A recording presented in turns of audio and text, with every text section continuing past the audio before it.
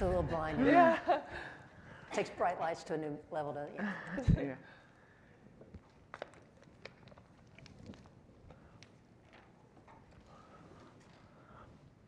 Should I have my water here? What? I get this. You don't want it?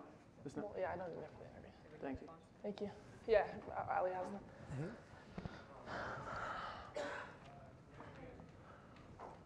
Good afternoon, everyone, and welcome to the 2025 ACC Tip-Off Q&A. I'm happy to have Duke join me up on the stage, head coach Kara Lawson.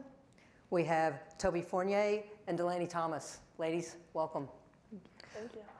Duke's claim to fame, the only team to beat every other ACC team a year ago, as well as ACC tournament champions, and a Sweet 16 run that put you oh so close to that Final Four. Kara, knowing everything you accomplished a year ago, knowing what you have now, can you give us kind of a prelude of what we should expect from this edition of the Duke team? I think we're still kind of finding ourselves. It's obviously early in the season, but it's been nice to have a good core of returning players that have an understanding of how we want to play on both ends. I thought they had a great summer, these two in particular, but also the rest of the team, and have had a great fall, and so now it's just building. But I think anytime you can have the continuity that we've enjoyed the last couple years, it helps going into the season because you have familiarity with one another. Kara, Baylor, West Virginia, USF, South Carolina, Texas, or UCLA, and LSU. Your team will definitely be battle ready come ACC play, but can you talk about the science behind your non-conference scheduling? If there is a science to it. Yeah, I think the philosophy is really to get exposed. And I think it's really hard to get exposed in games you win by 60 or 70. So if you're playing a ton of those, then I don't think you know a lot about your team or everything that you need to know about your team entering conference play. That doesn't mean that's not a great strategy. It's just not a great strategy for us at Duke. We want to be exposed, and we want to know what we need to work on so that when we get into conference play, we have an idea. And I think that has built us into a mentally tough team, a resilient team. We've taken a lot of the lessons from losses we've had in non-conference the last couple of years, and I think it's been a big reason why we've been a second weekend team the last two Marches. So sometimes in the moment, it doesn't feel good, but I think we've grown a lot from the tough non-conference schedule. But this is definitely the toughest one that we've had since I've been at Duke. Toby, ACC Rookie of the Year, first team, a lot of accolades a year ago, a lot of success. What was that area that you wanted to improve upon to take that next step as a team this offseason? I think we talked about it a lot, especially with being Coach Kara. We've had conversations before. You can't take anything from last year to this year. There's no carryover, and I think that's a really important conversation that we've had. But at the same time, last year kind of gave me the knowledge of what I need to work on this year as a player, and then also overall with the team as well. So I think there's a lot of things that we know we need to work on as a team, especially just getting the freshmen kind of more into the game, and then also just the new players and additions onto the team as well. And then on an individual level, from last year, I know a lot of what I need to improve on. Whether that's shooting, whether that's defense, there's a bunch of different things that I need to do in order to get to where I need to be my sophomore year. So yeah, but I'm excited. It gave me the knowledge that I need for this year, freshman year. Delaney, two questions for you. One, what was that area that you focused on this offseason? And then more importantly, you led the team in charges last year. Who's that one teammate that you kind of maybe question that you want to slide in front of in practice to take that charge from? Okay. First question, I'd say the experience. I think definitely the experience. Jumping from sophomore to junior year, it's a big step, and just taking that with me, everything I've learned was really important on this off season. And then for a charge, or maybe you're fearless and there is no one. I don't know. You know what? Sometimes maybe Toby. Maybe Toby. Why? She's tough. She's coming in fast. She's aggressive. So, Yeah, and I don't go off too. You should just go off once. So Going it's off easier to one. take a charge on me. Anyone in the media, if you have a question, just please raise your hand. Oh, I see you. Yeah, the question for the players, is there one team or one player that you really want to play this year? And also one for Coach, is there a certain coach in the ACC that you look forward to playing every year? I mean, I feel like that's a hard question. With our schedule and the people that we play in our conference, I think that I'm excited for everyone. So I don't think there's really a specific player, a specific team. I just know that it's going to be a really competitive season, especially with the schedule that we have lined up for ourselves. So, yeah, I don't know. Nobody specifically. I'm just excited for the whole season. Yeah, I'd have to agree. It's going to be competitive, but I'm excited for it, all of them. Yeah, no, it doesn't bother me I mean, we don't really do that much during the games, the coaches, so. I don't care who's down there, so. This is for Coach Lawson. What are the challenges, if there's been any this season, kind of just working on chemistry and now with the transfer portal players coming in and out? How's the chemistry this year, and what's it been like building it this offseason? Yeah, I mean, we've been fortunate here at Duke. I mean, 10 of our 13 players have only ever played at Duke. We're an anomaly in the space in that way, and continue to be, and that doesn't mean the other ways don't work. It's just what works for us.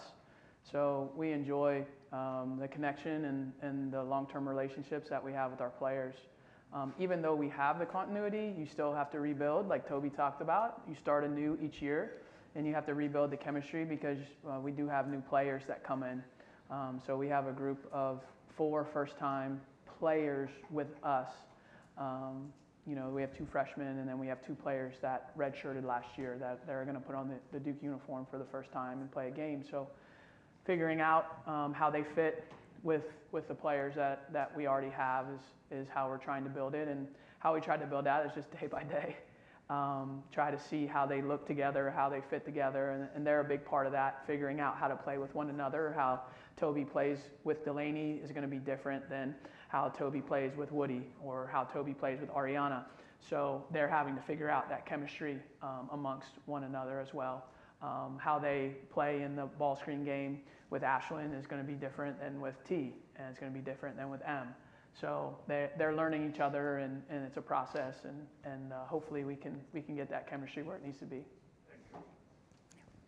Coach, so, losing 5 members of the backcourt last year and kind of bringing in Emily, Riley, Anna, and Haley, just kind of can you talk about how, especially on offense, how that transition is kind of manifested? Because, I mean, the guards are doing a lot of the work, kind of facilitating the movement. Well, I think it starts with Ashlyn and T. The fact that we have two players that have been 2-year starters as sophomores and juniors that have been through all the battles in the ACC and that have led us as a starting backcourt to a Sweet 16 and Elite 8. So I feel pretty good about our guard play because of what we're starting with. And then, you know, the other players bring their own unique spin to it.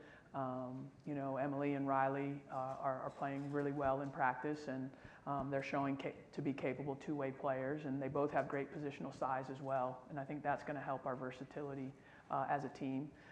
They both can score and they both can pass, which fits how we want to play.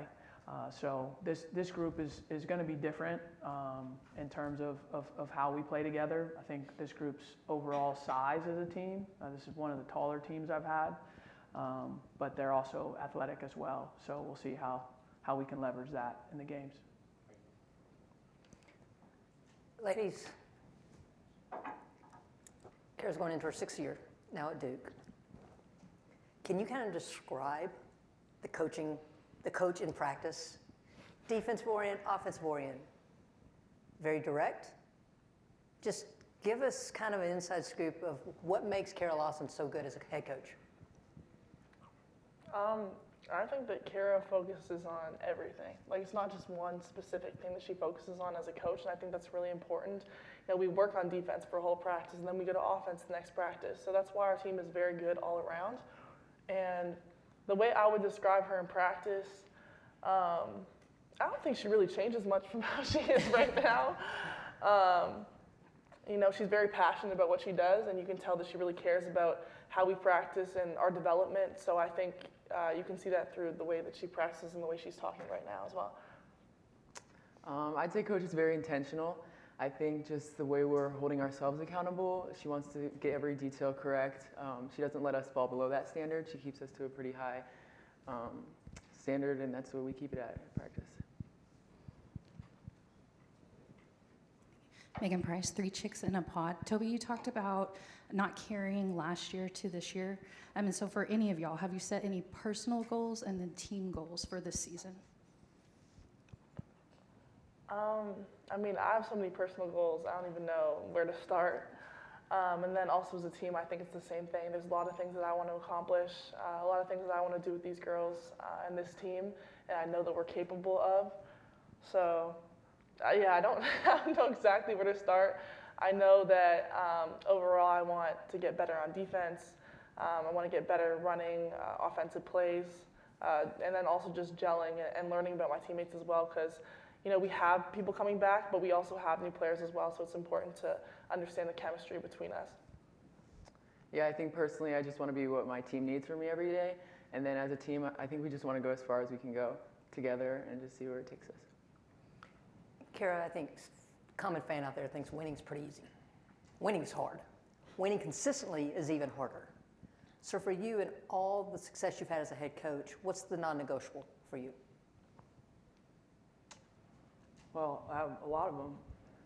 They'll tell you probably a lot of things that, you know, there's a standard that you have to play at, and I think probably the three things I talk about the most with them are their focus, their discipline, and their work ethic.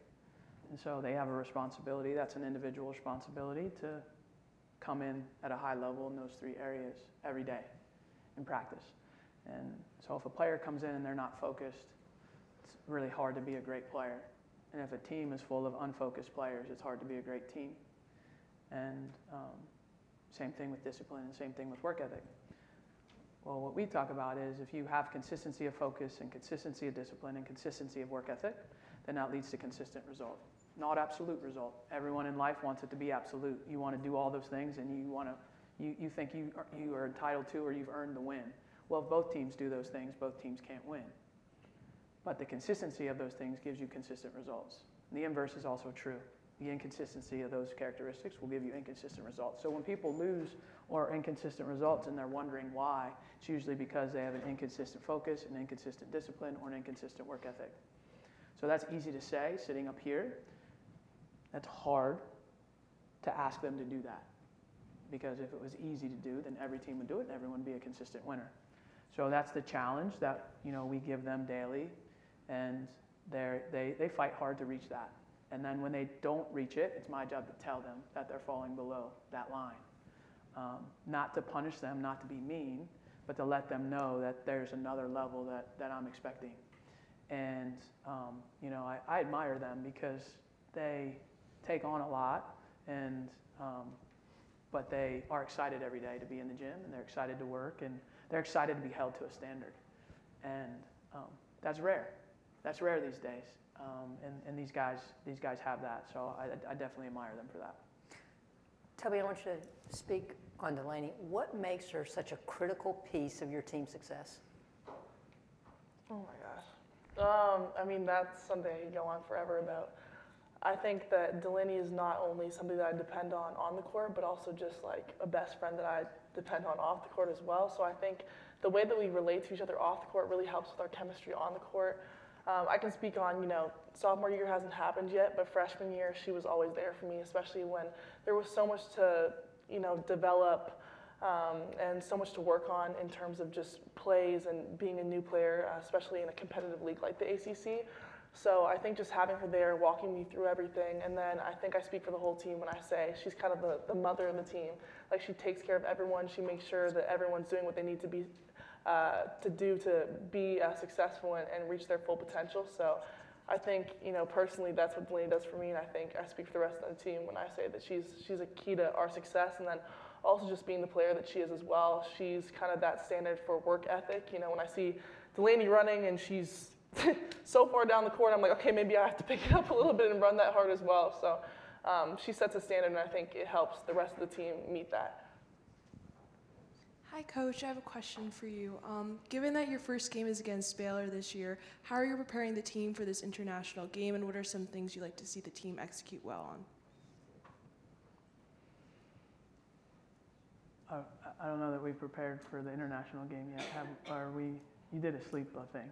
We did a sleep meeting. Yeah, we did adjust to sleep. They did a sleep meeting to talk about what are the best practices as we go over for the time change.